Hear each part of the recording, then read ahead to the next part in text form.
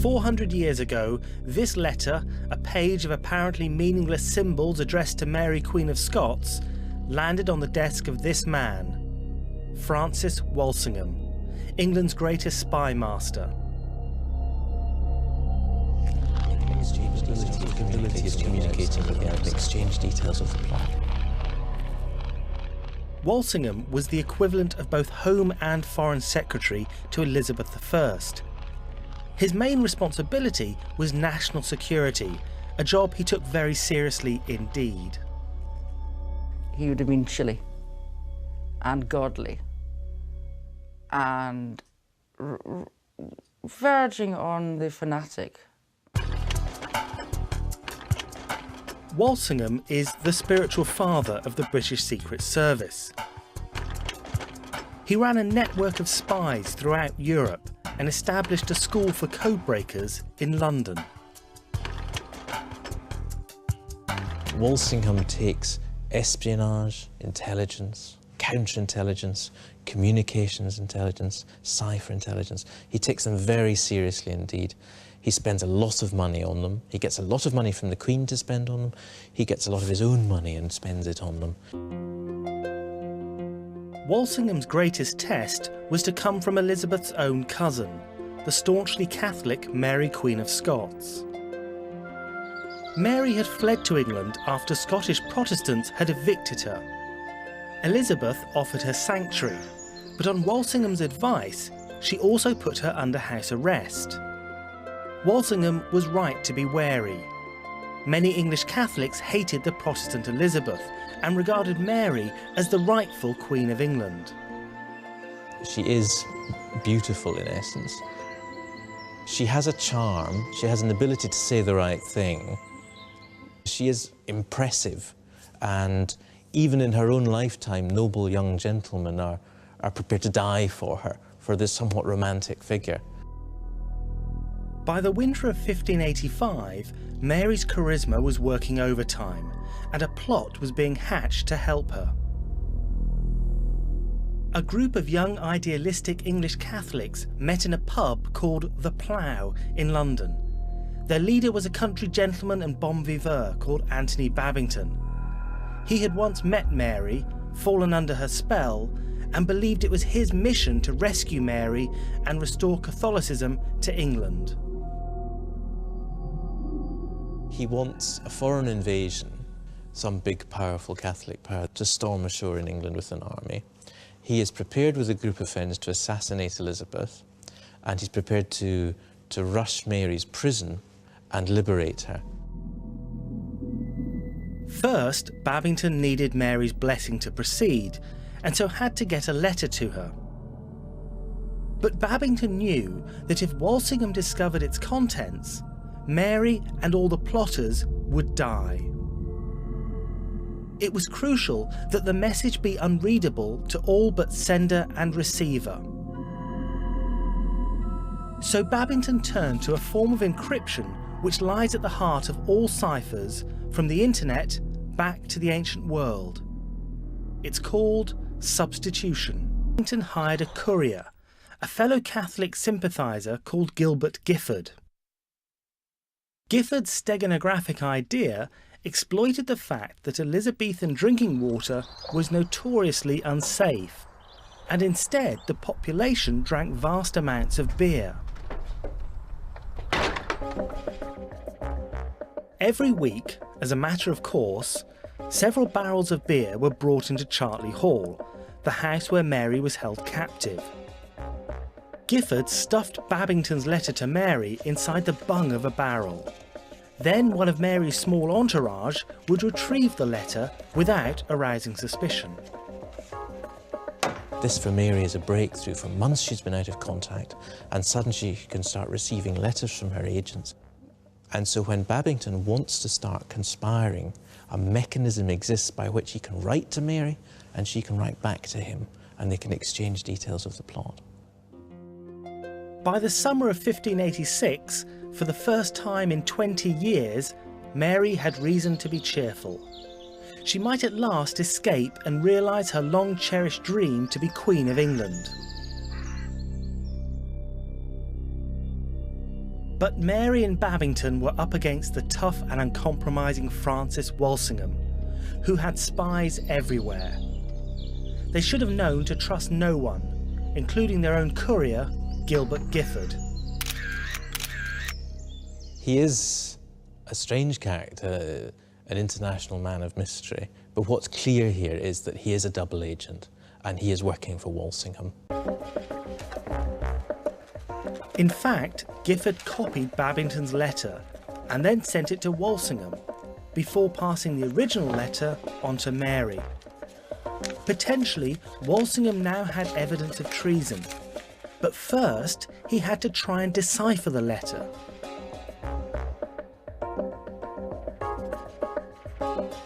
To do this, he employed a shadowy figure called Thomas Phillips. Only one description of Phillips survives, saying he was 30, slender, and eaten in the face with smallpox. More importantly, he was one of Europe's finest code breakers.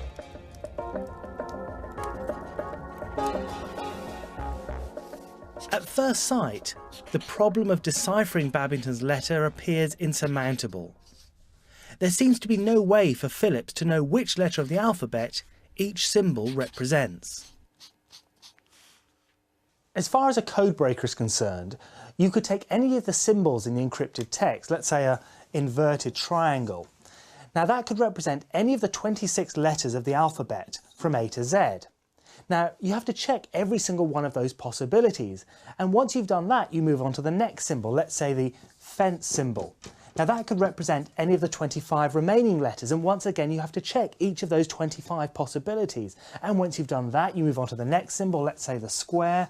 That could represent any of the 24 remaining letters, and so on and so on. Now when you multiply all of these possibilities together, 26 times 25 times 24, all the way down to 3 times 2 times 1, the total number of possibilities turns out to be 400 million billion billion.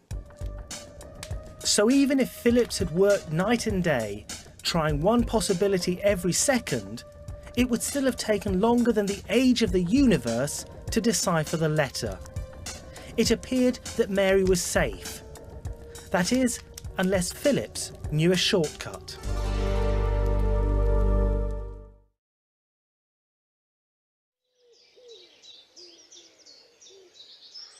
Thomas Phillips was the first great English code breaker, but code breaking itself is a science that dates back to the 9th century.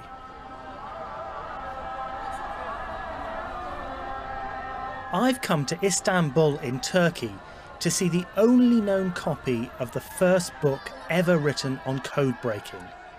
It dates from around 850 AD, and its author was an Arab scholar called Abu Yusuf Yaqub al-Kindi. He lived in Baghdad and was head of the so-called House of Wisdom, at that time the world's greatest university. I'm with Dr. Mohammed Moriarty, who discovered al-Kindi's greatest work, his treatise on code breaking or cryptanalysis. Al-Kindi was responsible of the House of Wisdom, where a lot of translation is going on from all other languages of the world, and some of the translated books were encrypted. They were obliged to invent cryptanalysis in order to understand what is written in these manuscripts. This is the Suleimani Library in Istanbul, where Dr. Moriarty discovered al-Kindi's treatise on code breaking. It had been lying here unread for centuries.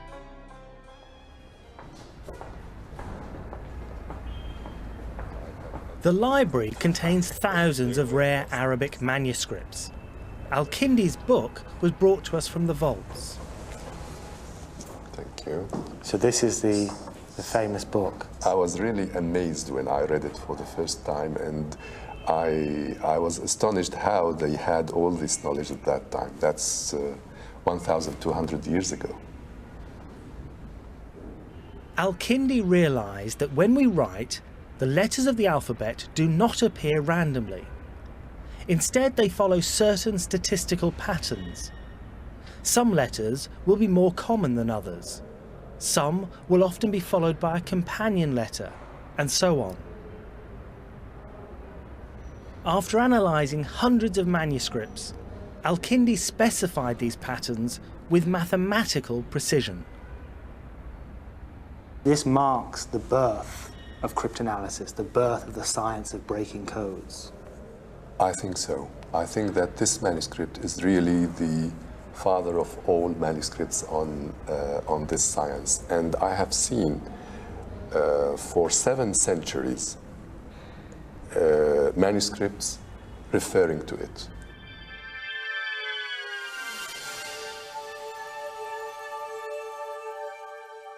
Of course, Al-Kindi's discovery, which is now known as frequency analysis, is as applicable to English as it is to Arabic. This bar chart shows how often each letter of the alphabet appears in virtually all English writing. For example, X and Z appear less than 1% of the time. T, the second commonest letter, appears 9.1% of the time. And E, the commonest letter of all, appears 12.7% of the time.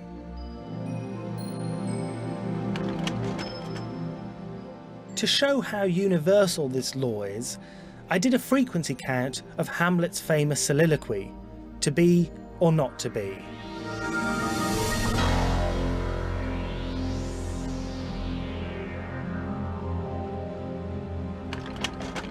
Sure enough, it fits the pattern almost exactly.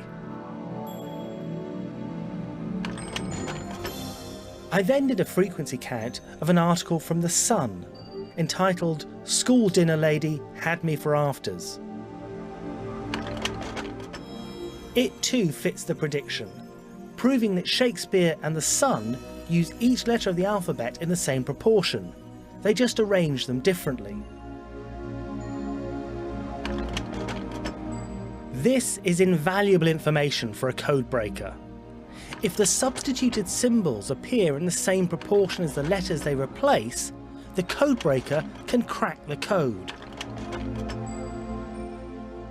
But there is a way to defy frequency analysis. If the message is very short, say, "We'll kill Liz and crown Mary," the letters appear in proportions that don't match the average. Fortunately for Phillips, Babbington's letter to Mary ran to several pages. Now Phillips, being a master code breaker, would have used frequency analysis, as invented by Al-Kindi, to decipher Babbington's message to Mary. He would have started by looking for the most common symbol in the encrypted message. Now the most common symbol turns out to be this loop with a tail. So this loop with a tail probably represents the most common letter in English, the letter E. The second most common symbol on the encrypted page is this backwards 3. So that probably represents the second most common letter in English, the letter T. The third most common symbol, that's a ring, that probably represents the letter A. Now, Phillips would have carried on with this frequency analysis, but already we can make some sense of what the message says. Down here we have T something E. That something, that mystery symbol, probably represents the letter H, the word the most common 3-letter word in English. Now, with a bit more analysis and a bit more guesswork, you'd probably figure out this says tragical execution. And Phillips would have carried on doing this, deciphering the message bit by bit, revealing Babbington's murderous plot.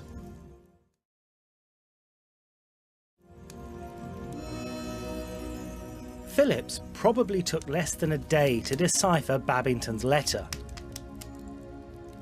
Babbington, believing his cipher to be secure, had explicitly detailed every aspect of his plan to rescue Mary, get support from foreign Catholics, and assassinate Elizabeth. He wrote, "6 noble gentlemen will undertake the tragical execution of the usurper for the zeal they bear the Catholic cause." Walsingham now had evidence of Babbington's intentions, but this wasn't enough. Simply receiving a letter from a plotter didn't necessarily imply that Mary was guilty of anything. Walsingham and Phillips needed one more crucial piece of evidence. And what they wait for is a letter from Mary saying that she approves the plot, she will go along with it, and she obliges them by writing such a letter. Mary's letter said, "Set the 6 gentlemen to work. Upon the accomplishment of their designs, I may be suddenly transported out of this place, and that all your forces at the same time be in the field to meet me." And that's the famous gallows letter. Phillips drew a gallows on it because this was the one that at long last was going to get her. Walsingham moved swiftly. Babbington was arrested and under torture confessed everything. He was then executed with the full horrors of English law for what happens to traitors. Drawn through the streets, hanged but cut down alive, disemboweled, and so on and so forth. It was very, very grisly, and almost certainly Elizabeth had a hand in making quite sure that this execution was going to be slow and painful and very bloody. Back at Chartley Hall, Mary was oblivious as to what was going on. A few days after Babbington's death, she was allowed to go riding. In the distance, she saw a group of horsemen arriving. She thought they were her rescuers. In fact, they were Walsingham's agents, coming to arrest her.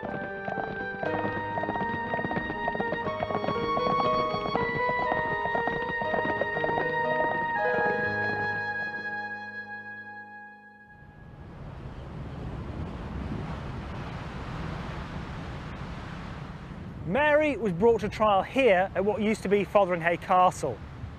This would have been the Great Hall, and the trial took place in a small room above it.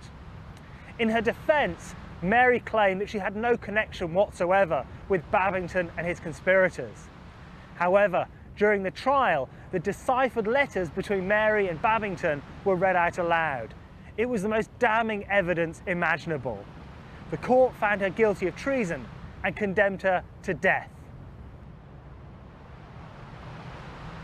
No longer able to protest her innocence, Mary realised that all she could do now was to die a tragic and noble death, turning herself into a martyr.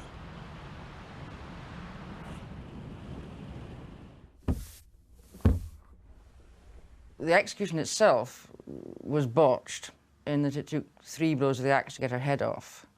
Possibly the executioner was nervous, I don't know. Apparently, her lips moved for 15 minutes after the head was off, which must have been, again, unnerving. The executioner, of course, picked up the head in the way they did, hold the head of a traitor, and that was hideously embarrassing because the auburn hair was a wig, so that he was left grasping a wig and the head fell back to the ground. So there was a great deal of drama about it. It cannot have been an easy day for those who took part.